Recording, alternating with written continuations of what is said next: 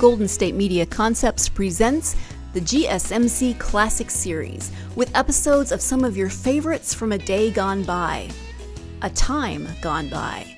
Join us as we time travel to some of your classic favorites from yesteryear. The GSMC Podcast Network invites you to sit back, relax, and enjoy the GSMC Classic Series on the Golden State Media Concepts Podcast Network.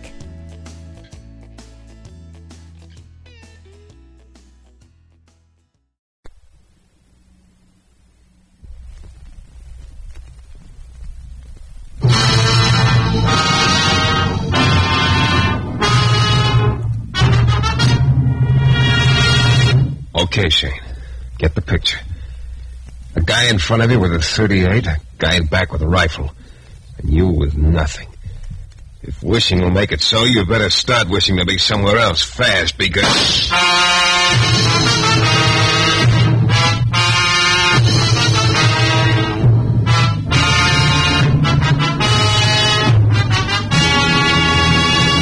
This is your director, Bill Russo, inviting you to listen to Michael Shayne, that reckless, red-headed Irishman back at his old haunts in New Orleans, in another transcribed episode.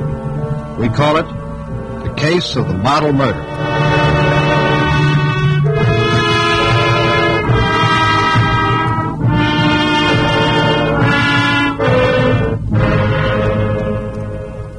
Waiter, my compliments to the chef. This shrimp's superb. Look, maybe I'm talking out of turn, Mr. Franklin. After all, you're hiring me, but 20 a day is mighty short wages for some of the things I get involved in. And I've learned that the phony cases usually have the biggest hospital bills. Phony, Mr. Shayne? Yeah, I get a message that you want to see me urgently. Okay, I come dashing down here, expecting you to be tearing your hair or dying from a leaky artery. So what do I find? You find me in a seafood bar enjoying New Orleans' most succulent river shrimp and sipping excellent dry Manhattan. That's right. Then you give me a story about a girl, Marianne Chevney. I have to find her and bring her to her home by Friday midnight or she loses $8 million. Is that too complicated? No, Mr. Franklin, it's too simple. Instead of giving me any details, you go on chewing your shrimp. And sipping my Manhattan. Waiter, one more of the same, dry. You sure you won't join me, Mr. Shayne? Look, this picture you gave me, is it the only one you have? The most recent, yes. It was taken a few weeks before Marianne ran away from home 7 years ago. Oh. She never got along with her father, you think? What about this Friday business? Why Friday after 7 years? Simply because Friday at midnight, Marianne will be 25. So she's got to return home by then or she doesn't get her money. Brilliant. Wait, another order of shrimp, please. You're sure giving me a lot of time. This is Thursday. I've got one whole day. Marianne's father was your partner, half owner of Chevney Franklin Importers, huh? That's right. Chevney died over 3 weeks ago. Why the sudden concern now? Oh, I haven't been idle. I've been running ads for the girl in the papers. Yeah, you've been a busy little bee, you have. Mr. Shayne. All right, what happens to the $8 million if Marianne Chevney doesn't get home in time? It goes into the business. But you're the business now. That's right. Don't look so perplexed. It's quite simple, really. Yeah, something simple. You're hiring me to find her so that you can lose $8 million. Precisely, Mr. Shayne. Waiter, another dry Manhattan.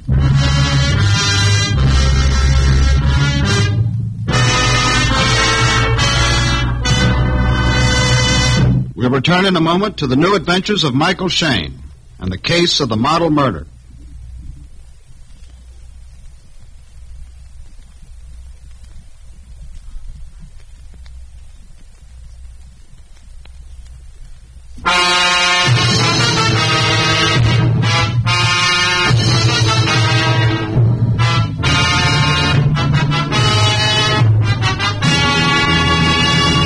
From the minute I walked into the seafood bar at the Carlton Manor Hotel and sat down opposite Franklin of Chevney Franklin Importers, I knew I was walking into something with more angles and a course in advanced geometry. My first impulse after hearing his story was to tell Mr. Franklin to go peddle his shrimp. Only I suddenly remembered that the only jingle I could raise in my pockets was the sound of my car keys rattling around. It seems his partner, Chevney, had died some 3 weeks before, and $8 million he couldn't take with him was waiting for his errant daughter, Marianne, who'd run away from home 7 years ago when she was 18. I was supposed to find the girl and bring her to her late father's house before Friday midnight, tomorrow night.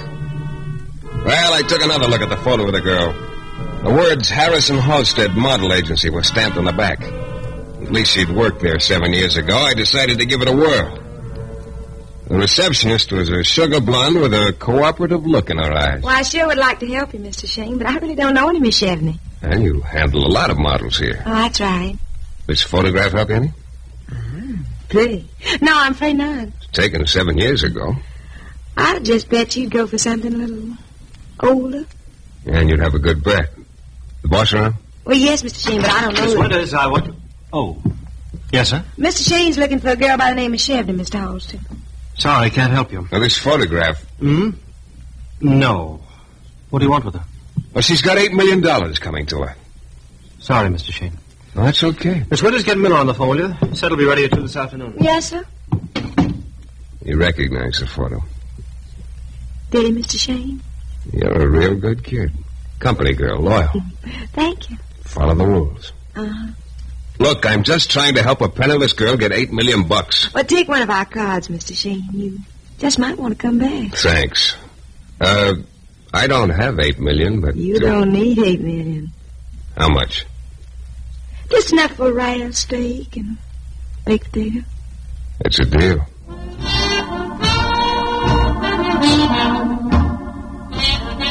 Miss Winters struck me as a girl with the wrong name. There's nothing chilly in her attitude. As for this Halstead character, he was one of those guys with a monogram complex. Everywhere you looked, you found H.H. staring you in the face. Harrison Halstead. On his tie, on the...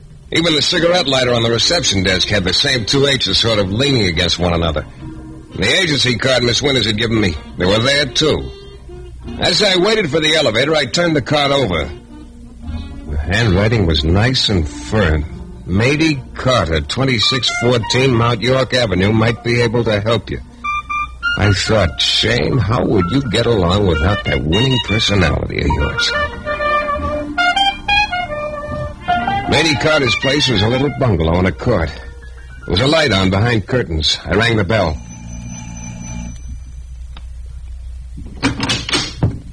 Yes. Miss Carter? What do you want? I'd like to talk to you. What do you want? I'm looking for Marianne Chevney. I don't know anybody by that name. Miss Winters at the Halstead agency told me... I can't. I don't know her. She isn't here. Easy. You better lower the volume. What'll the neighbors think? Come in. Thanks. Now, look, Miss Carter, I'm not trying to do anything but find Miss Chevney so I can give her $8 million. She doesn't want... You see, it doesn't pay to keep secrets. Where is she? I don't know. Well, how do you know she doesn't want the money? She told me. Oh, you spoke to her? No. Why don't you leave me alone? I don't know anything. Look, all I want... never mind, Miss Carter. Maybe I got a bum steer. Sorry I bothered you. I suppose I could have broken her down if I'd kept at it. But I suddenly found what I came for. There was an envelope face down on the desk. From where I was standing, I was able to read the return address on the flap. Big as life it was. The initials MC, apartment 5, and the address 318 East 54th Street, New York City. MC, Marion Chevney. As I drove back to town, I began to get a familiar feeling. Maybe I don't have eyes behind my head, but I do have a little spot between my shoulder blades that's got a special talent. If somebody's following me, it begins to itch. It had bothered me a little right after I left the Halstead agency, but I didn't pay much attention to it. And right now it was giving me the squirms in high gear, and I decided to do something about it. I pulled off the main road onto a side street, but quick. I parked, doused the lights, and waited. Cars kept going by, and I spotted a maroon job with one light dimmer than the other coming around the block for the second time. This time it went about 100 yards past me, and then it parked. I waited. Nobody got out of the car. The spot between my shoulders stopped itching. I knew I was on solid ground. I got out of the car and started up the street. I saw the guy behind the wheel of the maroon job looking straight ahead as if he had nothing better to do than just sit there. I pulled the door open and slid into the front seat. Huh? What's doing, champ? Nice tail job. No? Pro job. Well, you're not so bad yourself, spotting it. New Orleans does that for me. There's a feel to the city. You must be from out of town. Yeah. Working? Yeah. Jonathan Franklin? Never heard of him. Franklin and Chevney importers. Bananas, I think. I hate bananas. Who is it? You're doing all the talking, champ. This is a tough town for strangers. Not so tough. You're not so tough either. All right, nice tie you got. Slips up nice and easy. You can't talk, champ, but you can sure listen. That's a very pretty color you're turning on. Let's see. Yeah, shoulder holster, 45 automatic. Okay, you can breathe now, but don't overdo it. And take a tip. I don't like being followed, and strangers in town ought to be courteous. You're a pretty tough boy, Shane. No, I'm the easygoingest guy in the world. I just don't like being tailed. Remember, mind your manners when you're in a strange city, champ.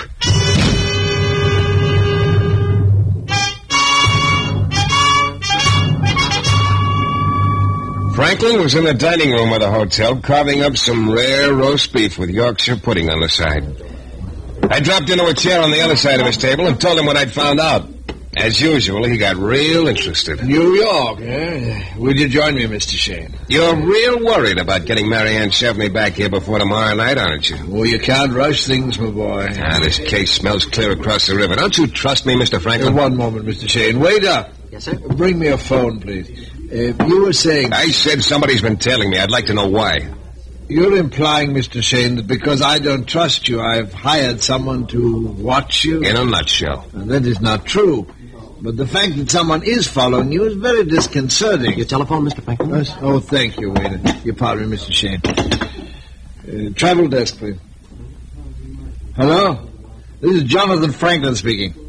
Will you arrange for a charter plane with the New Orleans Charter Service, please? In the name of Michael Shayne. Yeah. In about an hour. It's now 8:30. The plane is to go to New York and leave here at 9:30. Thank you. Well, you're full of surprises, Mr. Franklin. I've got another one for you. Yeah? If you succeed in bringing Marianne back here before midnight tomorrow, there's a $1,000 bonus for you. Sometimes, Mr. Franklin, your conversation is positively brilliant.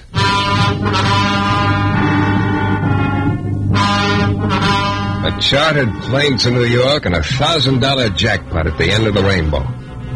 I felt like a captain of industry as the plane got the right of way from the airport tower and circled in for a landing. New York, great little city. It was 4 o'clock in the morning when the taxi pulled up in front of 518 East 54th Street. I told the cabbie to wait. What's money to me? Took the stairs of the brownstone 2 at a time.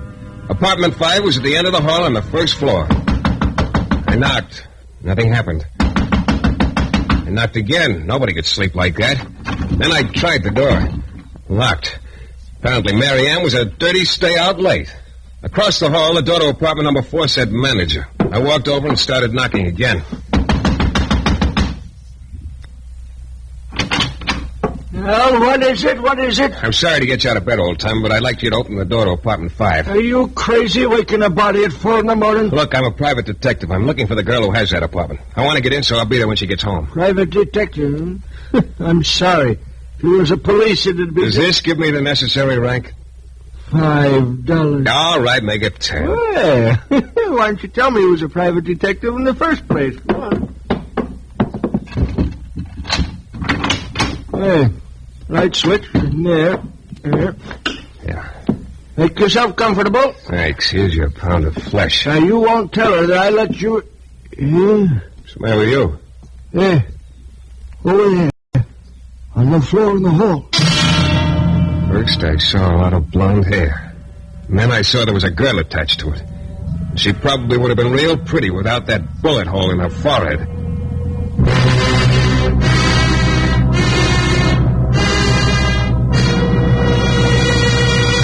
We'll return in a moment to the new adventures of Michael Shayne and the case of the model murder.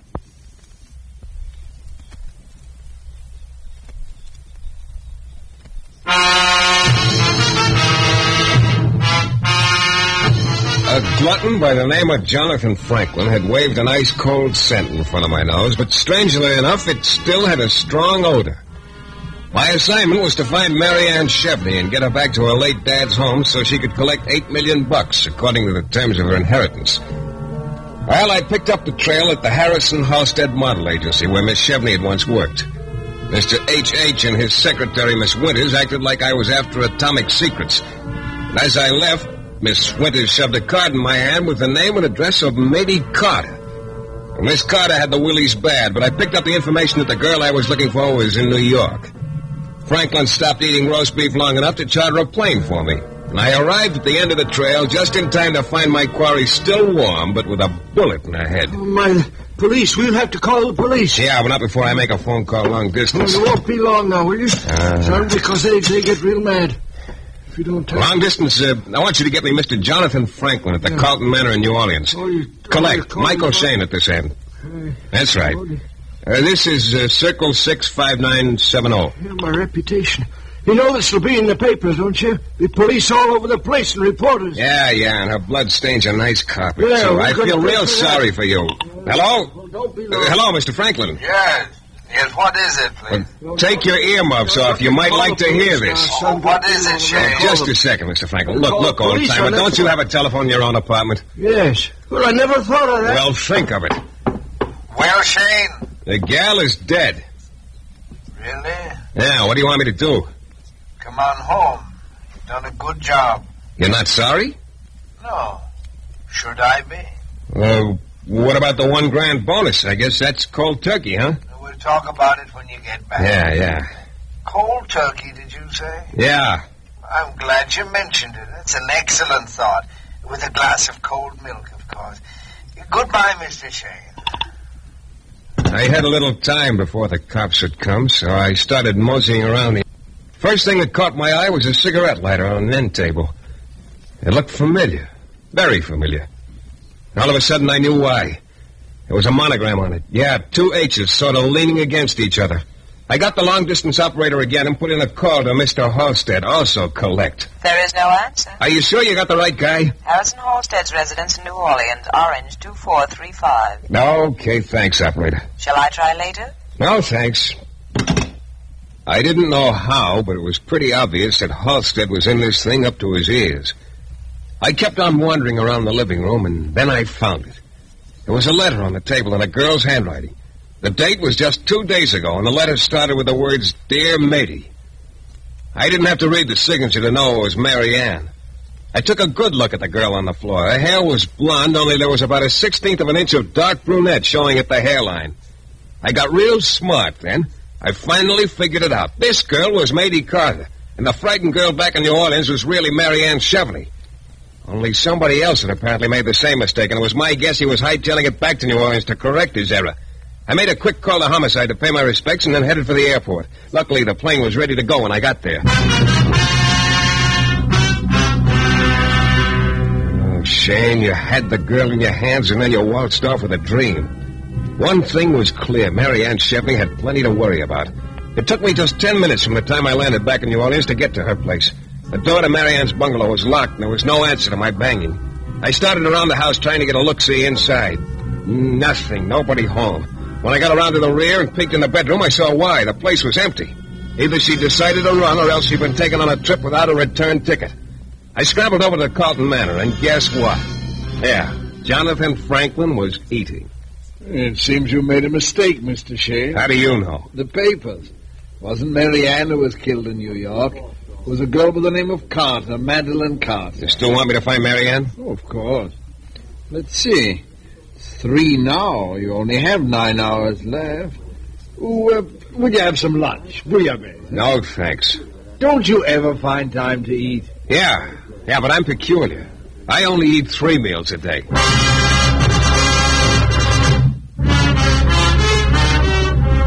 Mary Ann Chevney's life was in danger, and I wanted to get to her while she was still hale and hearty. I drove over to Halstead's agency. Miss Winters still had that cooperative look. Well, hi there. Hi, where's your boss? Out. Been in today? Why, no, as a matter of fact, he hadn't. Did you try to reach him at home? Yes, I did. He wasn't there, huh? Oh, is something wrong? Something's very wrong, sweetheart. Look, that note you slipped me last night. Not the kind I usually write. Matey Carter, you knew I was looking for Mary Ann Chevney. Well, I said Matey Carter might be of help. She's a friend of Miss Chevney's. You didn't know there was a switch? Switch? Matey Carter was in New York. She was killed last night. Killed? Halstead could have taken a plane up there last night, couldn't he? Well, I don't know. As far as you know, he could have, couldn't he? Well, yes. I haven't spoken to him since last night. Tell me, is he a bachelor? Yeah. Lives alone? Uh-huh. In town or in the country? Both. Oh, he has a country place. Where? Well, I'll tell you in a minute. You want me to look it up? You bet I do, sweetheart. If I'm not too late, it might make the difference between a long and wealthy life or a 45 slug to Marianne Chevney. It took me almost an hour to drive out to where Halstead had his beach home. The place had a real subtropical flavor, bordering on the Gulf and surrounded by a mass of lush undergrowth and stubby cypress trees. I didn't bother to announce myself. I just barged in. She'd been here, all right. There was a woman's jacket over a chair in the big paneled living room, and her purse half open on the floor. I went to the back door and opened it and looked out. Bounced off a stone, and I caught a glint of the bullet as it whined off on its ricochet. It had come from the left. I ducked back into the house. He had shells to burn, whoever he was. There was no sense my perching like a sitting duck, so I started toward the front. The living room had been empty a moment before, but now there was a man in it, a man with a gun. Halstead. Stop where you are, Mr. Shayne, and raise your hands. Where's Marianne? It's none of your business. I said raise your hands. Now, look, Halstead, don't be coy about this thing. There's a guy out there with a gun, a big gun, and he's got big ideas. So have I. Move back. Against the wall. Look, who's working for who around here? You're sticking your nose in where it doesn't belong, Shayne. Told you yesterday, if there was anything about Marianne Chevney you ought to concern yourself with. What did you do with her? Let's just say she's in protective custody. Yours? As I said, that's none of your business. Hello, champ. What you doing? Still tailing me, huh? Yeah, and this time no necktie. Very bad taste. Huh? Drop that rifle. I don't think so. You ought to practice more, you missed. Oh, this is real cute. Champ was in the kitchen with a rifle, and you're in here with a pistol, Halstead. You both have a grudge against me, only you can't stop worrying about each other. Shayne, who is that man in the kitchen? I don't know. I haven't figured it out yet, but I think he's after Marianne, too. Aren't you, Champ? Could be, but right now I get more points. Missed again. Just stick your head into that doorway once more. Now, Mr. Shayne, I'll give you just 3 seconds to tell me what you want. I told you. I want the truth, now. What difference does it make what I want with the girl if you're already... All right, Shayne, I warned you.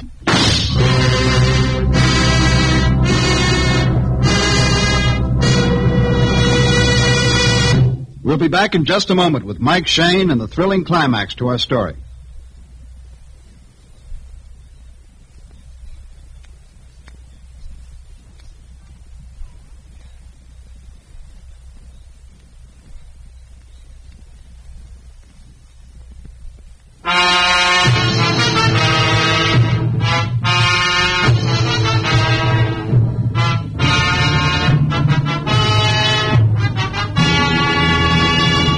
It was a second or two before I realized Halstead had fired at the laddie with a rifle, not me. But I wasn't inclined to administer first aid to Champ lying in the kitchen doorway because from the look on Halstead's face, he was getting ready for a repeat performance. And then I got a shock. Like when the shower suddenly turns from hot to cold. Marianne, the real Marianne, stepped into the room and went over to Halstead.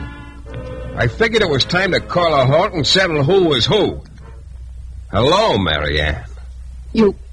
You killed me. No, the Champ in the kitchen, it was his work. Why don't you leave me alone, all of you? All I've been trying to do is bring you back to your father's home by midnight tonight so you can inherit the $8 million he left you. Marianne and I were married last night, Shayne. What? Now the matter of her inheritance is my business. So why don't you leave us alone? I will if Marianne or Mrs. Halstead will go back to her father's house. But why, Mr. Shayne? Why should I go back there? Well, if the $8 million doesn't mean anything to you, the 1,000 I stand to collect means plenty to me.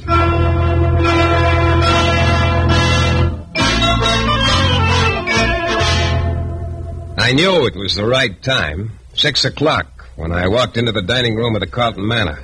Jonathan Franklin was having breast of guinea hen under glass and a white wine. Well, won't you sit down? I'll have the waiter get you. No, thanks. Yeah. You look calm and relaxed, Mr. Shayne. Success? Yes. Splendid. And Marianne? I found her. And her husband. Her husband? That's right. Oh, your boy is down at headquarters, Mr. Franklin. Headquarters? My boy? Yes, the Champ. He talked when he came to. He got a little overeager after he trailed me to Halstead's beach house, and Halstead winged him. Oh.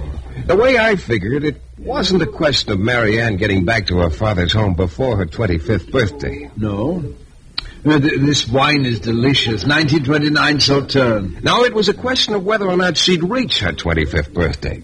And that's why you had me searching for her, to find her so you could have her killed before she did. Now, you're not going to spoil my dinner. You know, there's an old saying, Mr. Franklin, the foolish person eats himself into the grave. You say he talked? Yes. He told us why he'd been following me, so that if I found Marianne, he could kill her. He told us how he was sent to New York before I left. Oh, I should have guessed that, Mr. Franklin. It only takes 10 minutes to get to the airport from here. Why make the charter for an hour later? You have a point. And there was only one person besides myself and Marianne who knew the address of Matey Carter in New York. Yeah. I should have thought of that, I suppose. You finished with your dinner, Mr. Franklin? Yeah. Because if you are, there are some men waiting for you in the lobby. Homicide detail. You're spoiling my digestion, Mr. Shayne. Doesn't matter, Mr. Franklin. From now on, you'll be eating crow. Hearty appetite.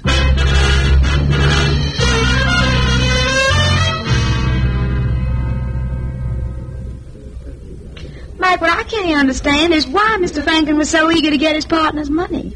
He must have made the same amount himself. After all, $8 million. That's enough bait for anybody, sweetheart. With his appetite, maybe he needs $16 million to keep in groceries, especially with prices the way they are today. Oh, Mike. Sugar, you're cute. Now on, eat your steak. And will you have red wine served with it? Waiter, a sparkling burgundy, domestic, year of 1948.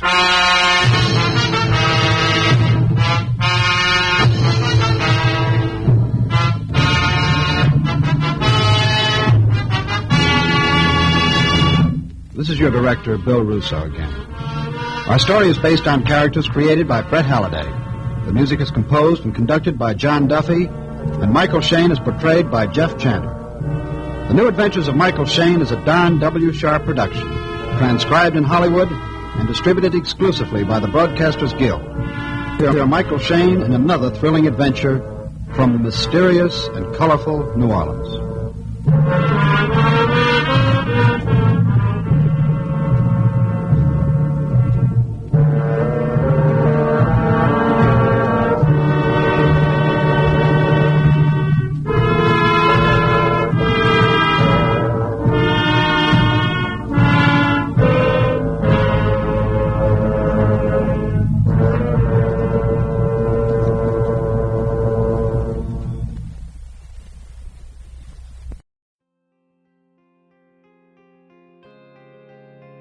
You've been listening to the GSMC Classic Series, part of the Golden State Media Concepts Podcast Network. Follow us at www.gsmcpodcast.com and find all of our timeless programming by typing GSMC Classics into any podcast app, including Apple Podcasts, Google Podcasts, SoundCloud, Stitcher, and more. Remember to subscribe to the GSMC Classic Series podcasts of your choice to stay up to date on new episodes. And if you could take a minute to give us a nice review, that really helps us to get this ageless programming out to others who would enjoy it just as much as you have. Check out all of our GSMC Classic Series podcasts. Whether you're in the mood for comedy, romance, adventure, history, science fiction, horror, or anything in between, the GSMC Classic Series has you covered. Thank you, and we hope you have enjoyed today's program on the Golden State Media Concepts Podcast Network.